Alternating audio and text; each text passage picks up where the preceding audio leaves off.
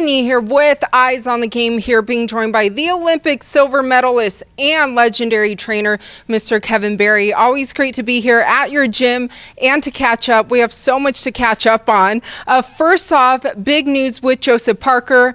He just signed that 3-fight deal with Matchroom Boxing. Congratulations. Thank you very much. We're really excited about that. You know, after spending 6 years with Duco events in New Zealand, getting all the way through to the world title and a couple of really big fights in the UK, it was time for a change. And for this, the second phase, as we're calling it, of Joseph Parker's career, we were looking for a new promotional company and met with all the main players, and we really appreciated the energy and the vision of Eddie Hearn. We've done some really nice business with him over the last couple of years. The Joshua fight, the Dillian Whyte fight.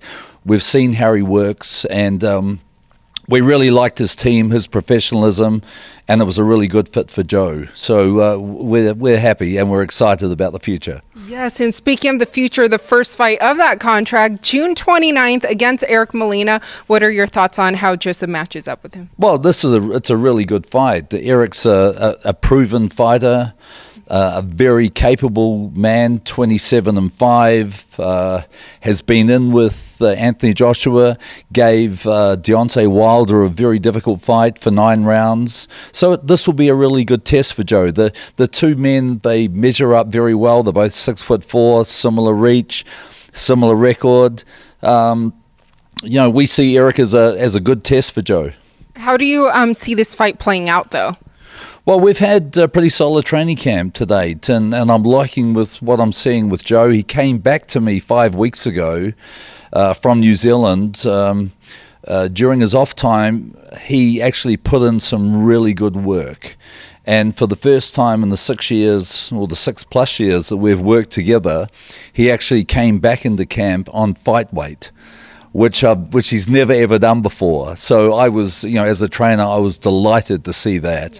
Helen, when you see him today, he's in great shape.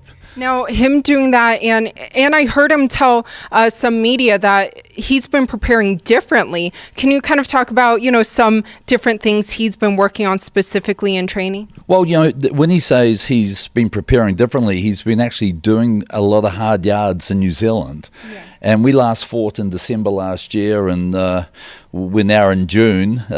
So when he came back to me, it was in May. He hadn't fought for 5 months. It was probably one of the biggest breaks that we've had. But Joe stayed very active. He did a lot of training down there, a lot of conditioning, a lot of strength work. As I mentioned before, he came back on his fighting weight. Yeah. But what we've done, Joe and I, as a team, we're focusing on a lot more movement, a lot more head movement, a better selection of lead patterns, and a couple of other things that we've been working on that we hope to put on display on June 29th against Eric Molina. Now, when you say he came back on fight weight, and every time we say that, you're smiling. So can we expect him to go into fight night even lighter, or, what's going to go on with that? He may come in a little bit lighter than what he has for his last couple of fights.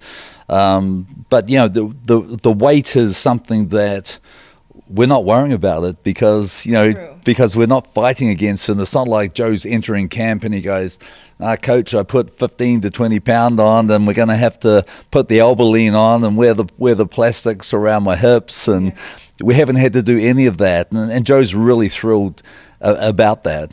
Now, you say this is the second phase, but isn't it crazy to think of everything he's accomplished, and he's only 27 years old? That's the exciting part for us, is Joe is still the youngest out of all the main players in heavyweight boxing.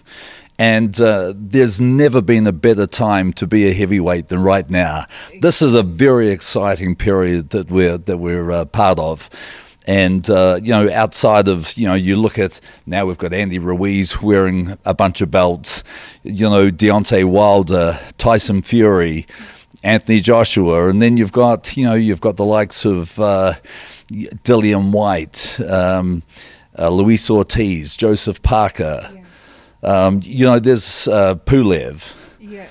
So there's a bunch of guys there. There's a lot of really exciting big fights to be made, and we're well aware of where we stand in that group, and as I mentioned, it's never been a more exciting time.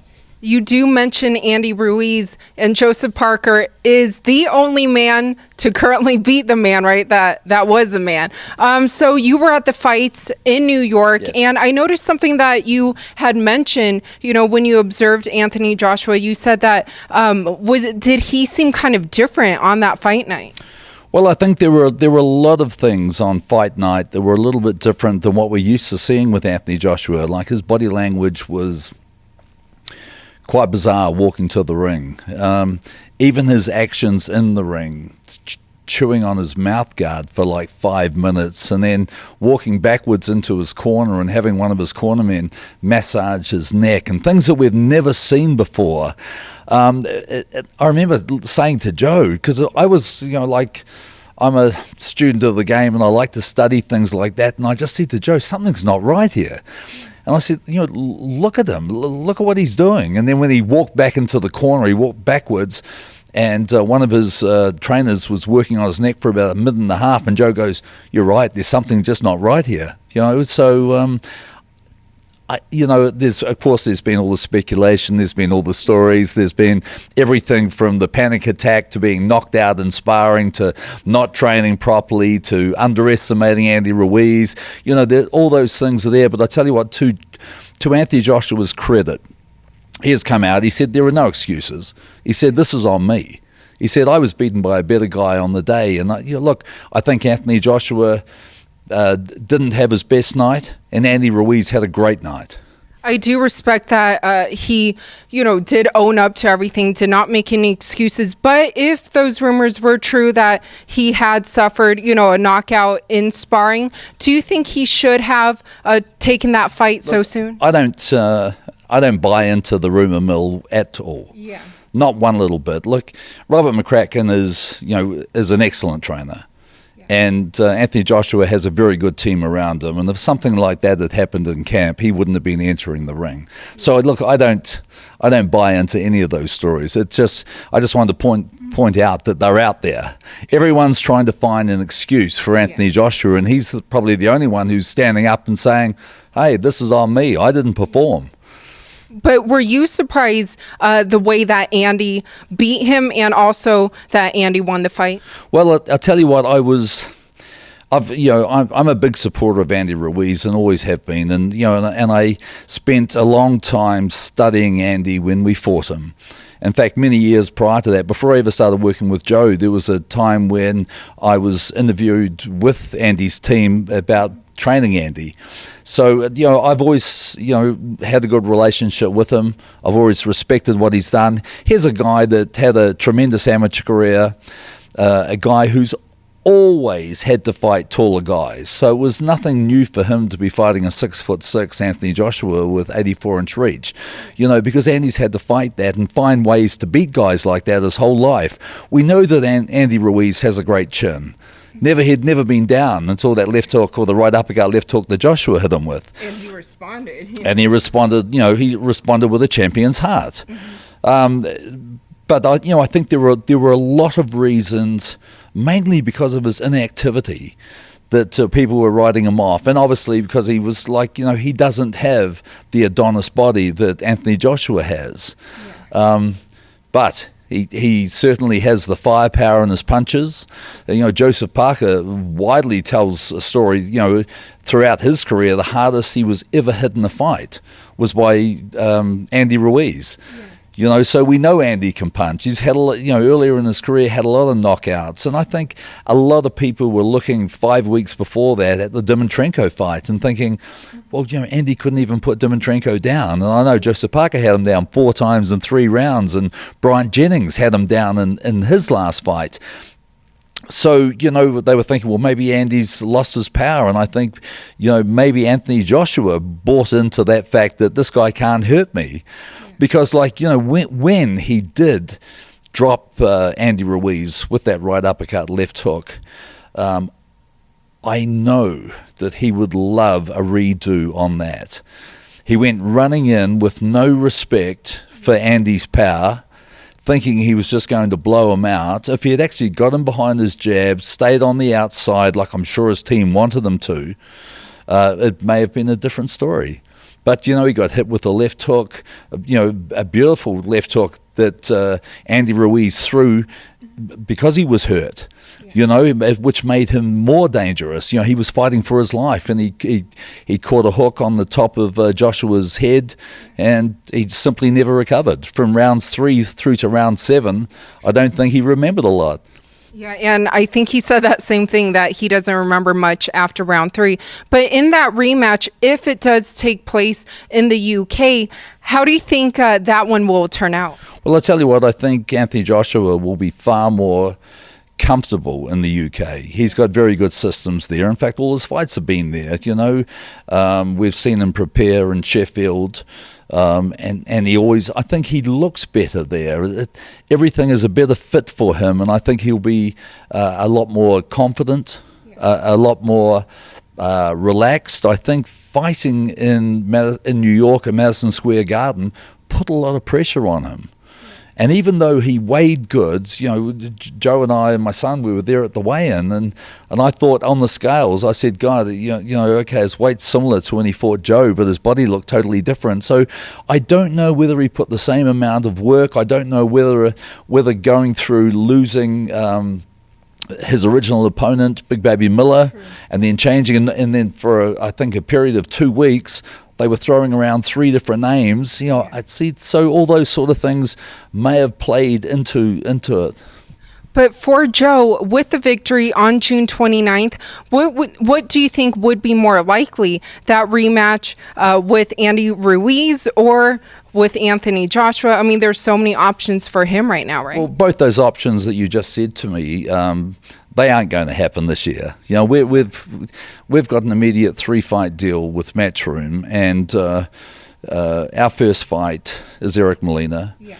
And then we'll be looking for other opponents immediately after that.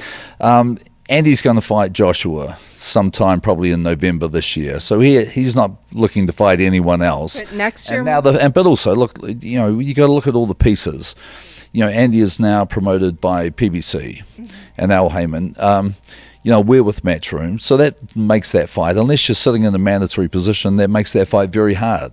Yeah.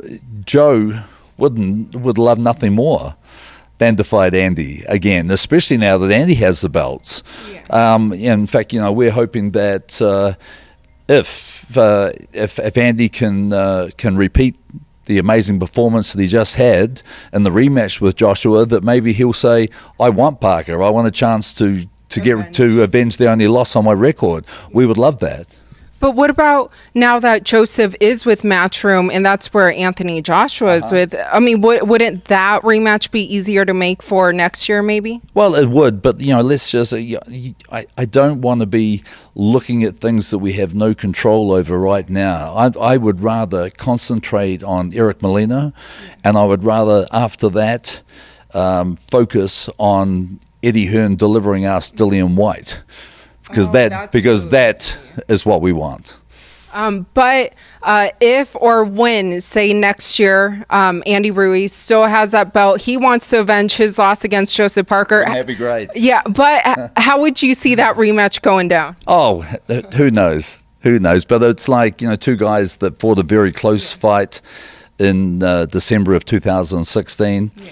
It was quite an exciting fight. Andy got off to a fast start, and then Joe came back, won the middle rounds, and he finished stronger than Andy did.